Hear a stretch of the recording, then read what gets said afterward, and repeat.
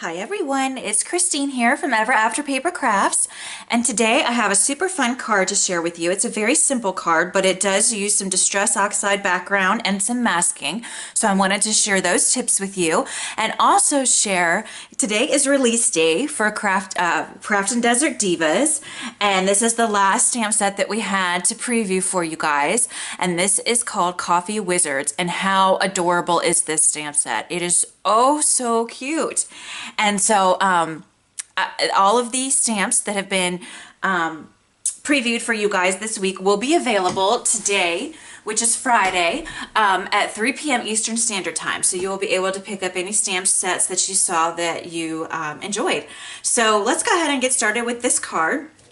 For this card, I used this adorable I made him a raccoon, but you could really make him a fox or really anything that you wanted to. You could use your imagination for him, but I just created a little scene where he's obviously making coffee appear with his wizarding skills. So let's go ahead and get started. I'm going to put the stamp set and the final card out of the way for a moment. I already went ahead and stamped the little scene out to save some time for the video, and I used this rectangle die from the Fancy Frames dies from Craftin Desert Divas to cut the little scene out.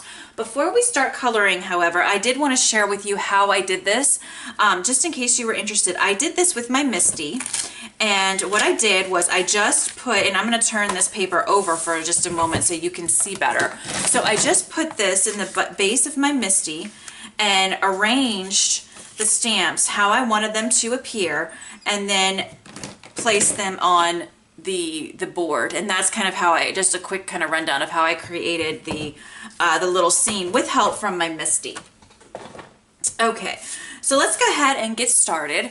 I colored all of these little images here with my zigs, so I will call out the colors that I used as we go. I'm going to need a little piece of paper towel here because I'm using my water brush with my zigs. And by the way, I did stamp all of these images onto Bristol Smooth cardstock. This is my favorite cardstock for zig coloring. It is not watercolor paper, so I am pretty light with my water brush, light-handed with my water brush when I do this. But it is the best paper in my experience for coloring with the zig markers. It is also really great for just blending the zigs by themselves and not using your water brush. It's perfect for that as well, if that's something that you'd like to give a try. And I'm gonna do some videos with that as well in the near future. Okay. So let's go ahead and get started. I'm going to zoom in just a little bit here so you can see the coloring a little bit better. And I'm going to start with his little hat and robe. And the reason that I'm going to start with this hat first is because I'm going to be doing the stars on the hat in a different color. And so I want the hat to have a little bit of time to dry so I can go back in with that different color. If you put a different color went on a place that you're coloring, when you already have a color down, it can react with that color and cause some bleeding of the colors together. So I want to give this a little bit of time to dry before I come in and color those stars a different color.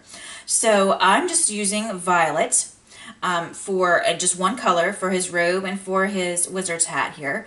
And I'm just kind of going around the outside, scribbling some color on. And I'm going to use my water brush to do the rest of the work for me and pull this color out into this white space here. So you'll see here as I'm going along that you really get some nice blended look here by doing it this way. You get a really pretty faded to lighter color purple in the middle of the hat, which I just love. And now I'm going to do the actual rim of that little hat here. Just scribbling on some color. And pulling this color out with my water brush into the white spaces that are left behind. All right. And I've got my paper towel here, and I'm just going in between and scribbling off my water brush to get the color off of the tip of my water brush. All right. So now I think what I'm going to do is do his robe as well, which is also done using violet. So I'm just going to put the color, scribble it down here, just kind of around the outside of his little sleeve. And again, using the water brush to pull that color out so we have some nice blending. And as you can see, that it really is a nice kind of dark to light faded look there, which I love. All right, and now we're going to do the inside of his little robe here.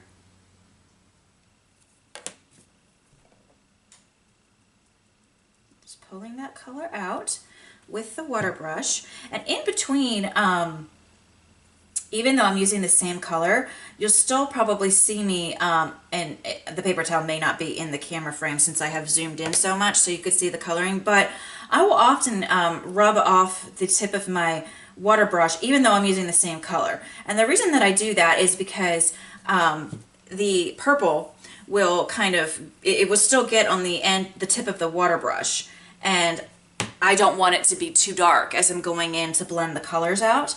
So even though I'm using the same color, I will still scribble off in between colorings section, you know, the sections that I'm coloring, just simply because I don't want it to be too purple. I still want it to blend and not have the leftovers from the last blending session still on that water brush and making it too dark. So as a matter of habit, really, just I kind of scribble off every time I put my water brush down. You don't really need to do that, but just be wary when you're using, even if you're using the same color, you might want to scribble off now and again, just so it's not too dark. All right, so the last little bit of purple that we have to do here is this last little sleeve. So we're just going to scribble some color on here and pull it down into that white space. And as you can see, the water brush really does most of the work for you. It's a really great tool to have. Okay, so now his little wizard jacket or wizard cloak is finished. So let's go ahead now and do his little face. And I just used black for this. Be very careful with the black. There are certain zig markers that really react crazy to the water, and they will just move quickly and dramatically when they are introduced to that water. And black is such a color. As you can see, I barely scribbled on any black. And the reason that I was so light with the black is because it definitely is one of those markers that reacts to the water dramatically and quickly.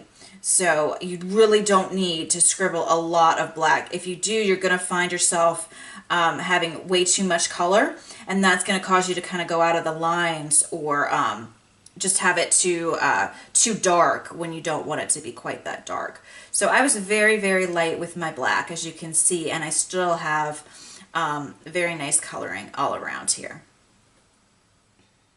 All right, and now let's do his tail. I'm just going to kind of scribble just a little bit again, just a little bit. Normally you'd see me do a lot more in a lot of different spaces, but because it's the black, and that's kind of just something you have to learn as you're playing with your zigs. Regular purple is another color that really likes to react to the water, I have found. So I'm very light when I use regular purple as well. All right, so now I'm going to do his little hands really quick, and then his feet, and we'll be done with the black. So let me just pull that color out for his hands. All right, and now his little feet.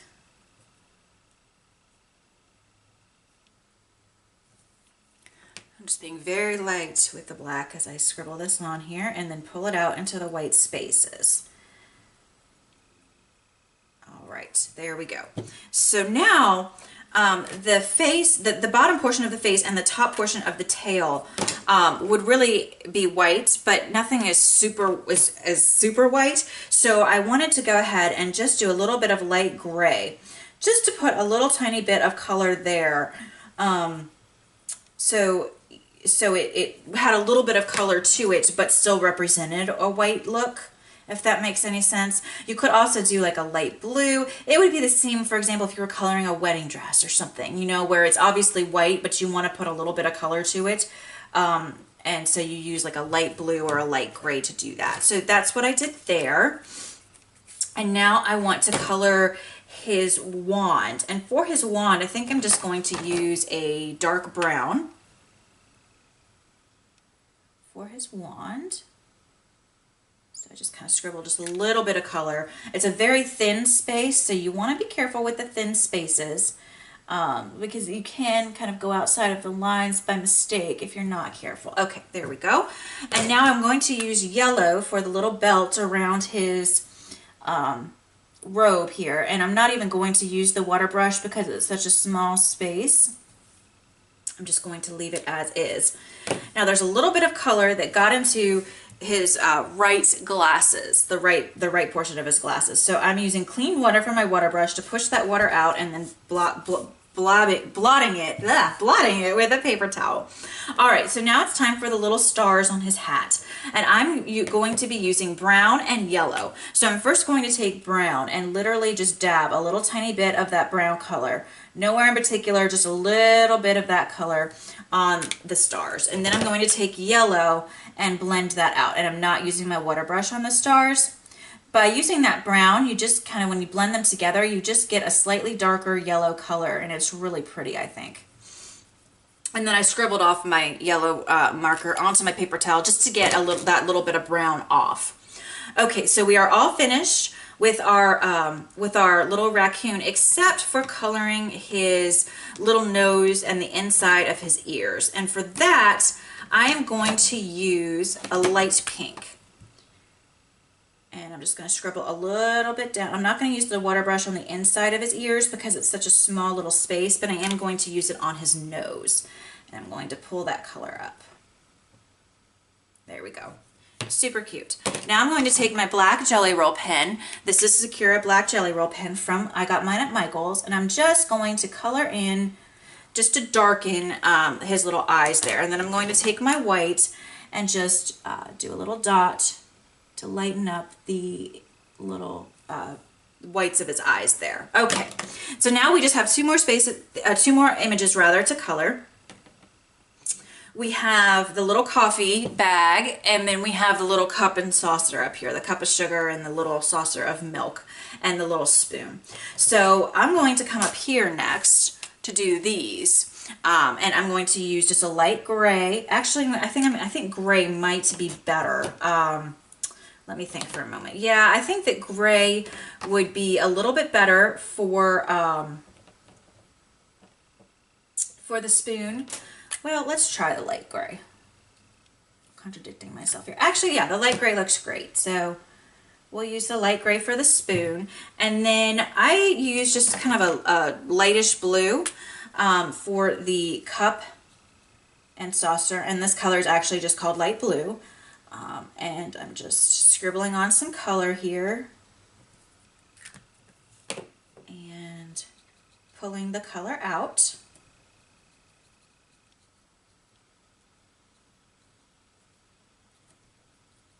And this blue is very light, so I actually went in and did 2 different coats. And that is a great thing about working with the zigs, is you can go back in and go over top of your work again to darken it if you wish. And I thought that that would be a good idea for this color because it is so light. I did want it to be just a little bit darker. Now I'm going to take that light gray again and just kind of lightly go over the milk and the sugar. Again, they would be white, but just adding a little tiny bit of color to that.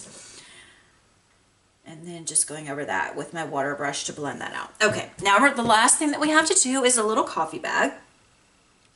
I'm going to use a light brown and a brown for the bag itself. So I'm going to just scribble on the brown first. Just putting some color along the outside of the bag. And then I'm going to blend that with the light brown. I'm going to take the light brown here and just go slightly back into the brown color and pull it out and blend it. And I'm just using a circular motion to get those 2 colors to blend. And then I'm going to take my water brush and pull that color out and fill in the white space. So you get a very nice shaded look. Okay. And then for the coffee that's in the bag, I'm going to use dark brown and brown. So I'm going to take my dark brown and kind of just go along the top and the sides. And then I'm going to take my brown and pull that color down just a little bit, blend it together, and then take my water brush and pull the color into the middle. Okay, and there you have it. So there is our little guy colored the coffee bag in the little cups and saucers. Now I'm going to zoom out, and the last part of this video will just be showing how I went ahead and did this little bit of Distress Oxide inking along the bottom right corner. And I only, I just did that. I thought it was fun, honestly. I just play around and do something that looks cute. There's no, right or wrong way to do anything when it comes to art. I just thought this would look cute, so that's why I did it. What I did is I created a little mask for my little raccoon and for the bag of coffee. I ended up not needing it too much for the bag of coffee, but still just a little bit. Now, I do not recommend doing what I did. I ran out of masking paper. Inkadinkado makes a really good package of masking paper where it's a very low-tech paper that you could stamp the image on and then it'll stick, but it's very easy to pull off. I ran out of that and I can't find my Post-it notes anywhere. So I don't have any sticky on the back of this and I do not recommend doing that.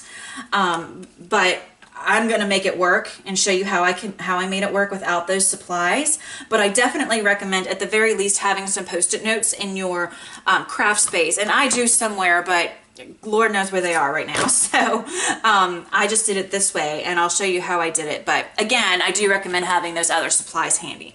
The only distress ink that I use is the Distress Oxide Wilted Violet ink. And I put that on my ink blending tool. Now, you have to be really careful when you're holding this with your hands, and my head might get in the frame, and if it does, I apologize, because you don't want this ink to go onto your image. So I'm holding it down very well with my fingers, and I'm going to start in the bottom right corner here, and another thing you could do if you don't have the Post-it note or the masking paper is you could use a repositional tape to tape this down. I don't have any of that either. So I just kind of had to improvise with what I did have in my craft room, or what I could find in my craft room. I'm redoing my craft room to make it a bit more organized and user-friendly, believe it or not. But right now that means that I can't find anything, of course. So I'm just taking my blending tool here and kind of just blending this purple color around. And there's no magic to what I'm doing. I'm just sort of filling in the spaces around the little raccoon guy here. Now I want to go up this way a little bit. So I'm going to actually kind of just blot it off on the paper so I don't get a big blotch. And then I'm going to just go out this way. So it kind of just circles around our little guy here. And now I'm going to hold it down and go out this way just a little bit. And my hands are probably in the way, and it's probably difficult to see what I'm doing here. Again, this would be so much easier if you had the proper tools, but use what you can, I guess. Okay, so now I'm going to do just a little bit this way, and then we'll be done with this mask, and we can move on to just putting a little bit of color over where the coffee is. All right, so that's done, and as you can see, we have this cute little halo effect around our little guy. I'm going to leave this here just in case any of the ink kind of goes crazy and spreads, but it shouldn't at this point. And now we're just going to go a little bit over this way. So I'm just going to kind of and I'm just going to actually take that off now because I know where I'm putting the color. It's not going to get in the way. Now I'm just going around and blending this out just a little bit. Now that I know where the color is, and I'm not touching the little raccoon, obviously. Okay, so that is that. Now, I'm going to go ahead and put the cap on my ink so I don't make a mess. and I'm going to put the masks back on, and I'm going to spray just a tiny little bit of water so we get that distress look. And I'm just using my distress sprayer, and I'm just going to put just a little bit down. You definitely want to cover this with a mask because obviously we colored with water markers, and so if water got on what we colored, it would pick up that color as well. Now I'm just blotting with a paper towel, and now we can pick up our masks, and voila. So here we have it. We have just a fun little blob of color here that's cute and fun and distressed, and we did it without any special supplies, which again I do not recommend. All right, so all that would be left to finish this card, and I won't take your time for the video, but I just used some foam tape and I placed it onto a 5.5 by 4.25 standard note card. This is a 110-pound Nina White cardstock is what I used for the card base, and then I added some sequins. The clear sequins are from Pretty Pink Posh, and the purple sequins are actually a new sequin mix from Craftin Desert Divas that is being released today. And it's this gorgeous, gorgeous mix. And I just pulled some purple ones out of this to place around the little scene. So that's it, guys. I hope that you enjoyed this video and that you'll give some of this a try. Thank you so much as always for watching, and I will catch you in the next video. Bye-bye.